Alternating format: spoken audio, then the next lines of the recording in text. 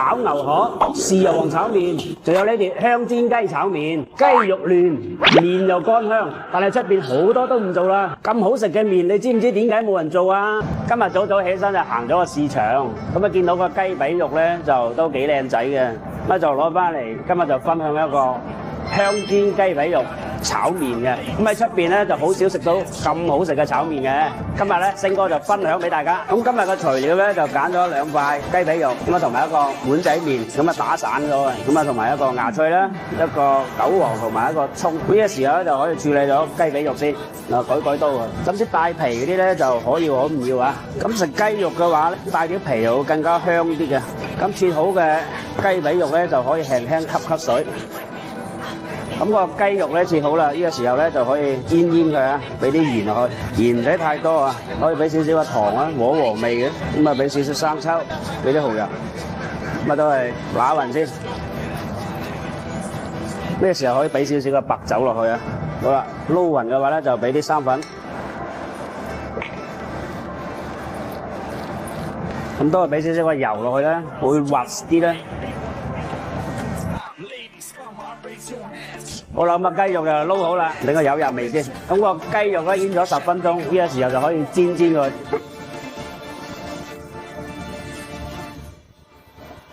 咁啊放落去就攤開佢先。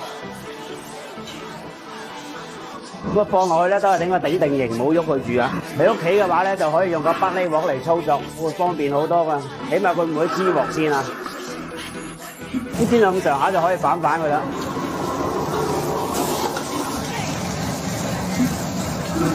好啦，煎完之後咧就俾啲生抽落去，激發啲香味出嚟啊！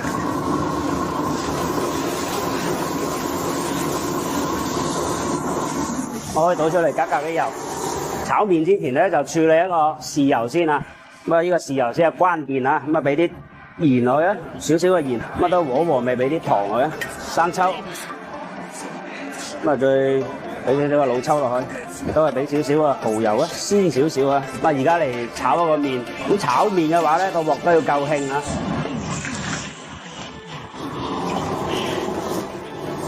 好啦，可以俾埋個麵落去。炒麵嘅話咧，我都要用筷子撩散佢，咁啊好炒好多，同埋咧會受熱均勻啊。炒麵又唔需要搏命拋。好啦，就可以俾埋個豆芽落去。呢個時候咧，個麵夠熱嘅話咧，就可以放埋一個豉油啊。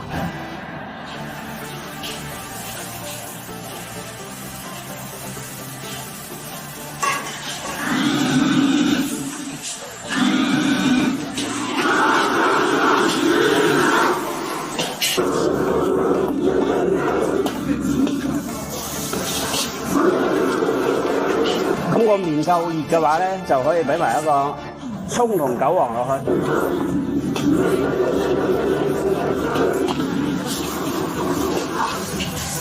好啦，咁啊可以冇攞鑊氣啊。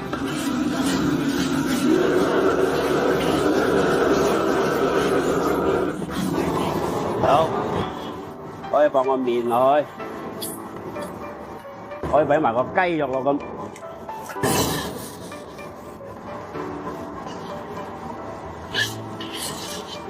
呢個香煎雞炒麵就做好啦，咁啊而家都可以聞到係香噴噴啦。咁如果係未食過嘅朋友仔咧，喺屋企可以安排起身嘅。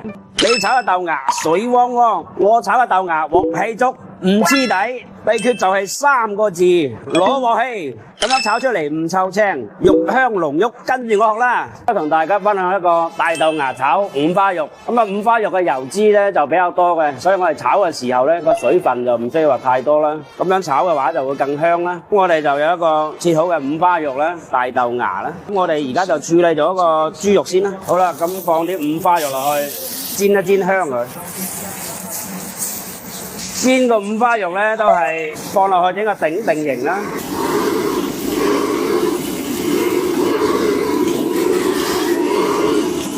煎到金黃色咧就可以反佢啦。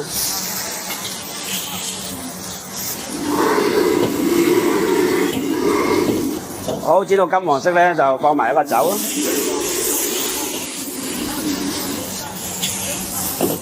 就可以將啲油格格，俾個生抽，加少生粉，俾少少糖，浸兩條老抽。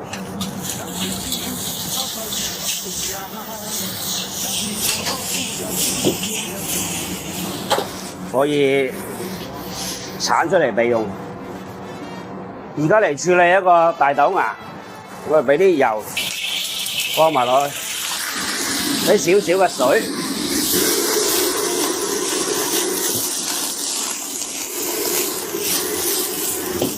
咁我俾少少底味，俾少少鹽，俾少少糖。豆嘅話咧，始終都湊少少青味，我哋俾少少酒落去。睇啱邊個鑊氣啦，如果落太多水嘅話咧，就比較寡淡啊。好啦，好嗰個油，爆爆我哋嘅薑葱蒜，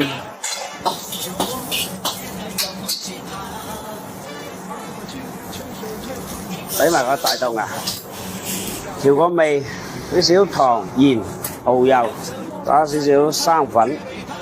俾少生抽，好啦，咁我哋放埋個味料落去，個鑊氣，放埋花肉，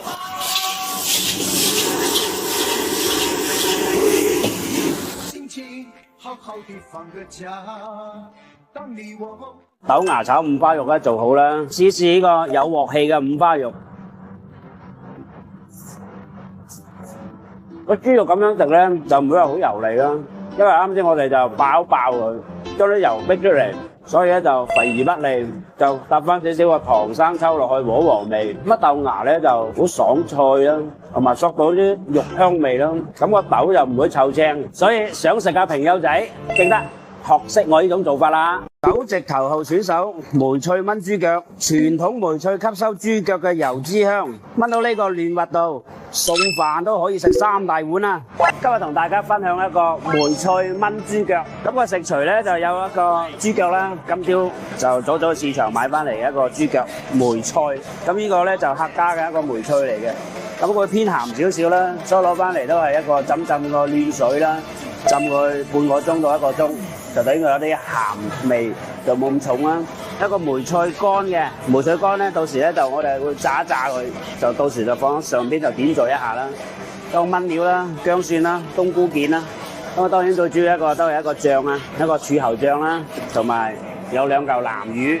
好，咁啊，而家嚟處理一個豬腳先，放埋個豬腳落去噶啦。好，就可以俾少少啲花雕酒落去啦。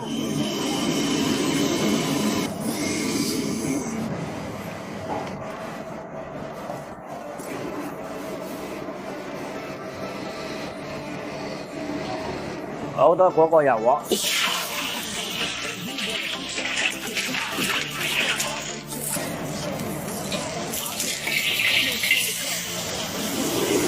咁如果炆呢個菜嘅話咧，豬腳或者豬手啊都可以嘅。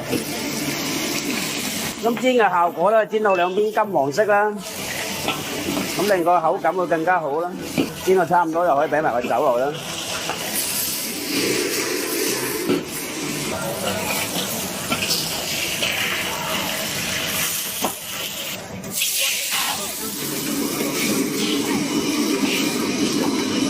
好，而家處理一個梅菜，個都係拖水啦。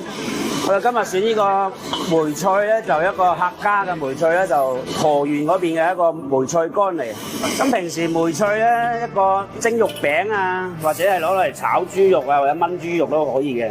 而家就可以將啲梅菜烘佢乾身啦。咁如果係嫌炆豬手麻煩或時間耐嘅話咧，就平時咧都可以炆啲豬肉啊，或者炆啲鵝啊啲都可以嘅。好，倒出嚟係用嗰個油鑊啦，俾埋個料頭爆嘅，俾埋個豬腳落去。呢個時候咧就俾埋一個柱侯醬，俾埋2個南魚，好，俾少少生抽，咁就可以將個醬炒勻咗先。好，咁啊俾埋個酒。好啦，呢個時候咧，我會俾埋個水落去啦，就可以俾埋個梅菜。咁啊炆豬腳咧，我中意俾個少少嘅片糖落去，滾咗就開細細火。咁啊簡單調少少味，俾少少嘅蠔油落去，俾少少糖，俾啲鹽。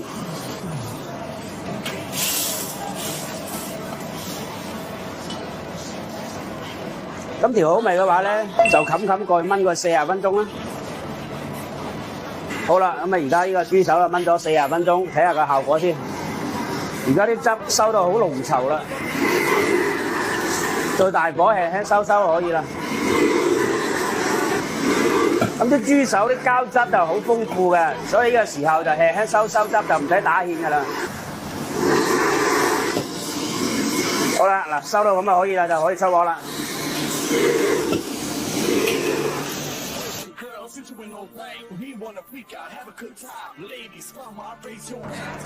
好，個豬手咧就上鑊啦，呢個時候咧就啱啱就炸咗一個梅菜乾嘅，就可以擺埋落去。個梅菜乾咧就炸過咧就好香嘅。梅菜炆豬腳就炆好啦，我自己試試啦。如果食嘅話咧，就一定要係夾少少嗰個梅菜乾嚟食，會更香口嘅。好香，同埋汁好濃。平時食開嗰個花生炆豬腳啊，或者係一個豬腳霜啊，就可以試試呢個做法。可以攞鑊氣啊！田雞肉質緊湊，搭配牛胸油豐富嘅牛油香，煎香再一齊炒，食過嘅朋友先知道有幾正啊！哇！呢個黑暗料理係邊個發明嘅？喺我呢度直頭係可以神仙組合啊！今日同大家分享一個牛胸油田雞煲，啲朋友食完之後話翻唔到轉頭。今日準備嘅材料就一個飼養嘅田雞啦，因為而家啲田雞都唔算貴，都係20蚊一斤左右嘅，搭配一個牛胸油、料頭薑葱蒜、洋葱、辣椒、葱欖。咁啊，而家嚟將一個田雞同埋一個牛胸油撈味佢啊！咁呢個時候嚟處理田雞先啊，俾啲鹽落去，俾啲糖、胡椒粉，俾啲白酒、蠔油。咁其實牛蛙同田雞嘅區別就係一個牛蛙咧就啲肉冇咁實啦，我就比較中意田雞嘅肉比較緊湊少少啦。好啦，撈完之後俾啲生粉落去。呢個田雞就醃好啦，就可以放埋一邊先。呢個時候就可以嚟處理一個牛胸油啊，俾啲蠔油，俾啲糖、胡椒粉、生抽，都係揦佢。咁揦完嘅話都係俾少少嘅生粉落去啊。撈完咧就可以放10分鐘。嗱，咁呢個菜嘅靈魂所在嚟啦。咁啊而家就調個汁先，俾少少個柱侯醬，咁啊辣鮮露，咁啊少少胡椒粉，搭少少糖，俾生抽、蠔油，咁就可以打少少嘅生粉芡。好啦，咁啊汁醬調好啦，咁啊呢個時候咧就可以處理一個田雞同一個胸口油啊。咁我田雞咧個水分咧比較多嘅，所以咧我就中意過油佢。高油溫撈一撈佢，咁啊再煎。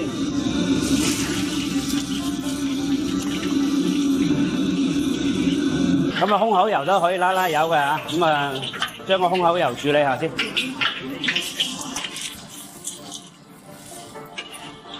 好啦，可以撈起啦。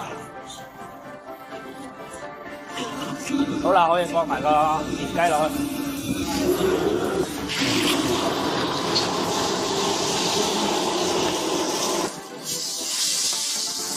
因為田雞比較厚身啊，所以以熱佢入味。咁咧，第一個又可以鎖住啲水分啦。咁啲肉嘅話咧，都保留到緊湊度啦。咁放落去咧就開細少火，慢慢煎啊，因為未熟嘅嚇，可以煎透啲佢。咁有啲人啊認為啊過完油啊再煎嘅話就可能覺得佢油膩，但係咧問題個鑊有溫度嘅，佢唔會好油膩。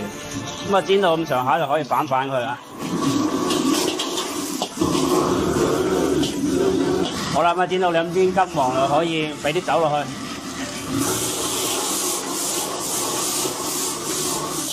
可以倒出嚟啦。咁個牛胸油都可以煎佢啊。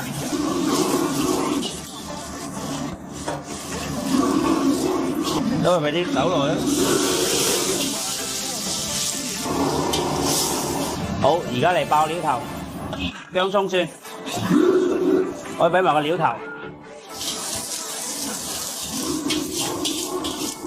料頭嘅話咧，都係俾啲鹽花落去啊，可以俾埋呢啲落去啦。咁啱先個汁咧係唔夠色嘅話，就溝少少老抽啊。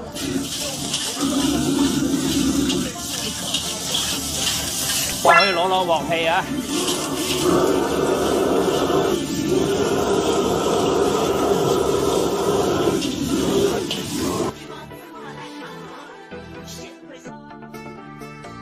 鬼烈空口油田雞煲就做好啦！哇！而家聞到啊，香到夠晒癮啦！我自己試試先。哇！好爽，個油脂好夠，同埋嗰個醬汁咧調到啱啱好，有少少辣鮮露嘅微微辛辣，同埋一個醬嘅一個溫和味。哇！呢煲咁嘅嘢啊，睇嚟真係炒佢200斤先夠啊！好，攞過去。工作日唔得閒就炒佢，簡單又快又正。屋企經常炒嘅菜心炒雞雜，夠鑊氣又爽脆。雞腎切花先入味，菜心夠嫩先爽甜。幾十秒就可以上碟啦！分享個快速小炒俾大家。菜心炒雞雜呢道菜真係好香，好有鑊氣噶。咁今日嘅材料有呢一個雞雜啦，個雞腎啊，輕輕嗰句花刀就比較快熟嘅。咁同埋一個雞生腸啦，同埋一個雞腸啦，咁仲有一個菜心啦，本係菜心嚟嘅。咁對住一個豆豉啊，咁而家咧就處理一個雞雜先。好，咁個雞雜咧都輕輕拖水佢，咁就可以係飛累少少啦，就飛到差唔多熟就可以啦。好，就可以俾埋個雞腸。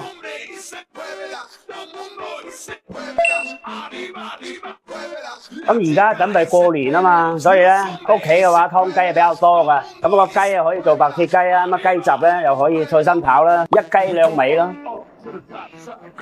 個雞雜都係個個有嘅。好，俾少少個料頭落去，個薑葱蒜啊，俾埋個豆豉，咁咧就可以俾埋個雞雜啦，就俾少少個水，就輕輕燜住佢。呢個時候就可以調少少味啊，俾少少個糖，俾啲鹽，俾啲蠔油。最後就俾埋個生抽，好，呢個時候就打少少芡落去啦，俾少少老抽，好就可以攞出嚟啦。好，呢個時候咧就可以炒啲菜心先，俾啲油落去，啲水。咁炒菜心嘅話咧，都係一個夠油啊、夠水啊一個碰撞，先會夠碧綠咯。呢個時候可以落啲底味，落啲鹽，落少少糖。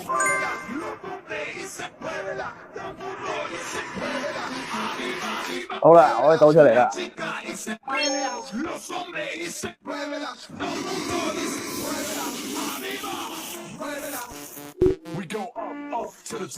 好，爆料頭，呢度可以俾埋個菜心落去。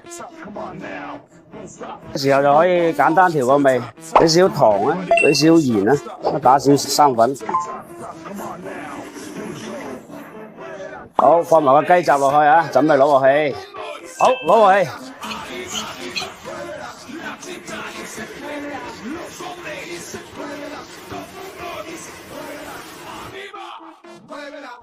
好，就可以出鑊啦。好，咁呢個有鑊氣嘅一個菜心炒雞雜做好啦，我自己試試嘅先。好爽口，同埋咧係要輕輕煮佢，俾啲豆豉啊咁樣煮入味少少，就唔會有腥味嘅。個菜心試試先。個菜心嘅話就好清甜。咁我哋粵菜嘅小炒都係講求鑊氣啦。